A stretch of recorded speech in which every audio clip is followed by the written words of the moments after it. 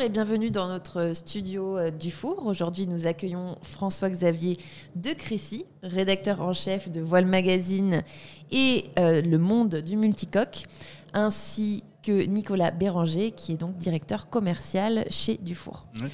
Nous allons parler notamment du Dufour 32 et parler de l'essai que vous avez effectué à La Rochelle.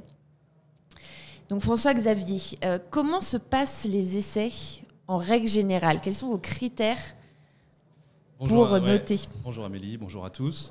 Nos critères, alors vaste sujet, nous on fait globalement deux types d'essais, des essais courts, des essais longs. Un essai court, c'est une sortie en mer, une demi-journée, une journée, où là on a effectivement un peu une liste de critères. On va parler d'ergonomie du cockpit, du plan de pont en général, du comportement du bateau sous voile, ça c'est évidemment le point central. Est-ce qu'il passe sur sa barre? À quel moment on est obligé de réduire la grand voile?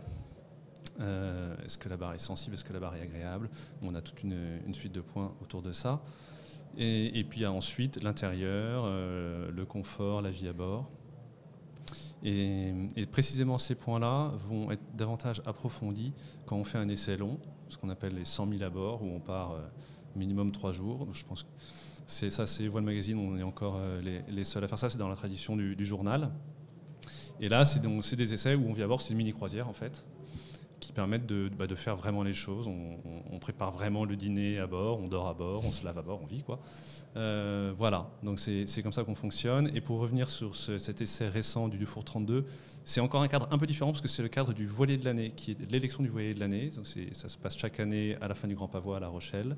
On a toutes les nouveautés présentes à La Rochelle et qui sont disponibles à la fin du salon pour venir faire ces essais. Cette année, on avait 15 bateaux. Et donc, on navigue avec un jury et avec des lecteurs qui viennent naviguer avec nous. Ils étaient 35 cette année. Donc, c'est une opération qu'on monte qui est toujours un peu lourde logistiquement.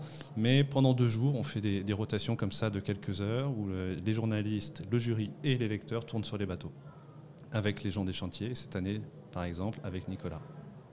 Très bien. D'ailleurs, Nicolas, est-ce que vous pouvez un peu, en quelques mots, nous décrire le Dufour 32 pour que tout le monde sache bien de quoi on parle? En quelques mots, ça va être difficile. C'est un bateau moderne, ludique. C'est une plateforme de jeu. C'est une extension de la maison. On peut emmener tous ses jouets. On s'est vraiment lâché. On s'est mis aucune restriction sur le développement de ce bateau-là. On s'est mis dans un état d'esprit moderne et actuel, plus actuel que moderne en fait. Il y a du Wi-Fi, du Bluetooth, il y a du gonflable, il y a des panneaux solaires pour être autonome en énergie. Il y a un peu plus de surface de voile que dans le modèle précédent. Il y a beaucoup de petites choses qui révolutionnent quelque part ce bateau-là et donc les suivants derrière. Alors, les commentaires d'un magazine comme le vôtre sont quand même très importants pour une marque comme Dufour. Quels sont les échanges? Comment est-ce que vous échangez et comment vous utilisez justement les commentaires que vous allez retrouver de la part de François-Xavier? Mes premiers jours chez Dufour, quand j'ai rejoint l'entreprise, ça a été, j'ai commencé par un essai avec François-Xavier sur le 530, il y a un an, un peu plus d'1 an. Et j'ai toujours en mémoire ce qu'ils regardent. J'ai observé ce qu'ils regardaient, comment ils se comportaient sur le bateau, qu'est-ce qu'ils allaient toucher, regarder, mesurer, contrôler. Donc, quand on développe les nouveaux bateaux, on tient compte des retours clients, de nos expériences à nous, mais on tient compte forcément de ce qu'ils nous disent, de ce qu'ils écrivent aussi dans leur magazine, parce que derrière, dès que le magazine sort, on l'achète, on le lit, on le relit, on en parle ensemble avec l'équipe développement. Et on tient compte évidemment de ce qu'ils disent et on essaie de l'inclure dans notre réflexion. Nous, un point, dans nos essais, on relève des points pratiques et pas pratiques. Et notre petit gimmick, c'est la pipe à l'endroit, pipe à l'envers, le petit marin qui est souriant ou qui fait la gueule avec sa pipe à l'envers. Et c'est vrai que ça nous arrive assez souvent de revoir un bateau 6 mois, 1 an après l'essai, ou alors si c'est pas le même, c'est la version suivante. Voilà, la coque suivante. Et quand on aperçoit une pipe à l'envers qui s'est transformée en pipe à l'endroit, par exemple une main courante qui est apparue à un endroit où on disait qu'elle manquait, et ben on se dit tiens, voilà un chantier qui est à l'écoute de nos remarques, qui sont aussi les remarques des lecteurs, parce que justement au voilier de l'année, nous on voit, Nicolas dit qu'il me regarde évoluer sur le bateau, moi je regarde évoluer les lecteurs sur le bateau, et c'est très intéressant. Alors d'ailleurs, est-ce que vous pouvez nous parler du Dufour 32 et nous dire ce qui vous a plu sur ce bateau lors de l'essai à La Rochelle? On a tout ce que disait Nicolas sur les artefacts. Non, bon. Alors, pas des gadgets, non, mais en fait, c'est des innovations plus d'ergonomie et de vie à bord que je trouve super intéressantes dans le cockpit. Ça répond à des problèmes pratiques en fait, de la vie à bord. Toute la sellerie gonflable pour le bain de soleil avec la table de cockpit qui se met à mi-hauteur. C'est des choses qui sont très encombrantes en fait. Même sur un kata, parfois on ne sait pas où mettre tous ces coussins parce qu'on a des surfaces maintenant de détente à bord qui sont sur les ponts qui sont considérables. Donc voilà, avoir ça en gonflable c'est intéressant. Le lazy bag là, le long de la baume en gonflable, moi je trouve ça vachement bien aussi. Mais au-delà de ça, moi il y a un truc qui m'a vraiment plu, c'est la position de barre avec c'est idiot, c'est un coussin juste, mais il est très bien placé et il est fixe, c'est-à-dire qu'il est solidaire de l'îloir. Et voilà, et dès qu'on a des angles de gîte un peu importants, et ça arrive assez vite sur ce genre de bateau, en fait on est extrêmement confort pour barrer, donc c'est une barre franche. Ça aussi, ça nous a plutôt plu. C'est vrai que sur ces bateaux, il y a quelques années, tout le monde s'est mis à mettre des barres à roues, double barre à roues sur un bateau de 10 mètres. C'est quand même un peu... c'est pas indispensable, ça fait beaucoup de tringlerie.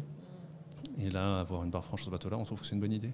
Ouais, mais c'est une idée sur laquelle on s'est un peu battu avec nos concessionnaires pour un peu l'imposer.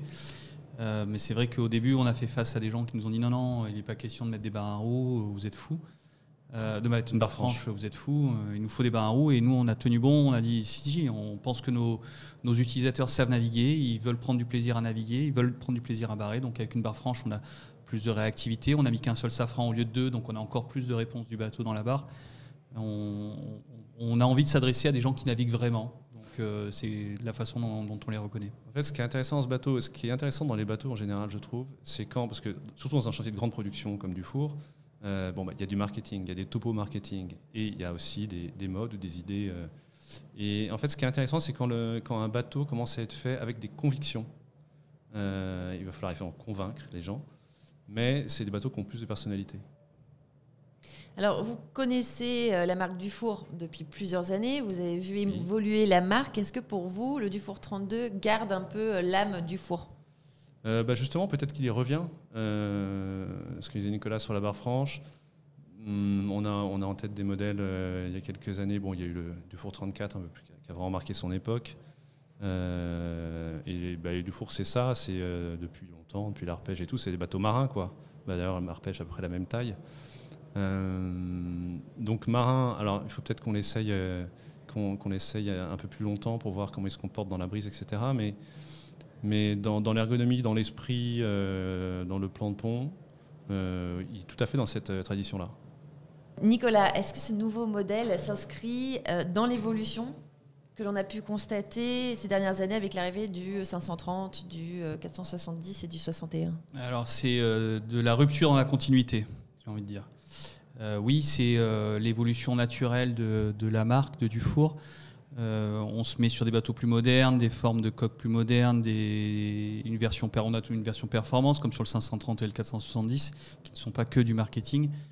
Mais il y a une forme de rupture parce qu'on a innové sur beaucoup de petits points, et tous ces petits points d'innovation, on va les retrouver sur les modèles suivants, sur ceux qui arrivent derrière, qui sont déjà en préparation.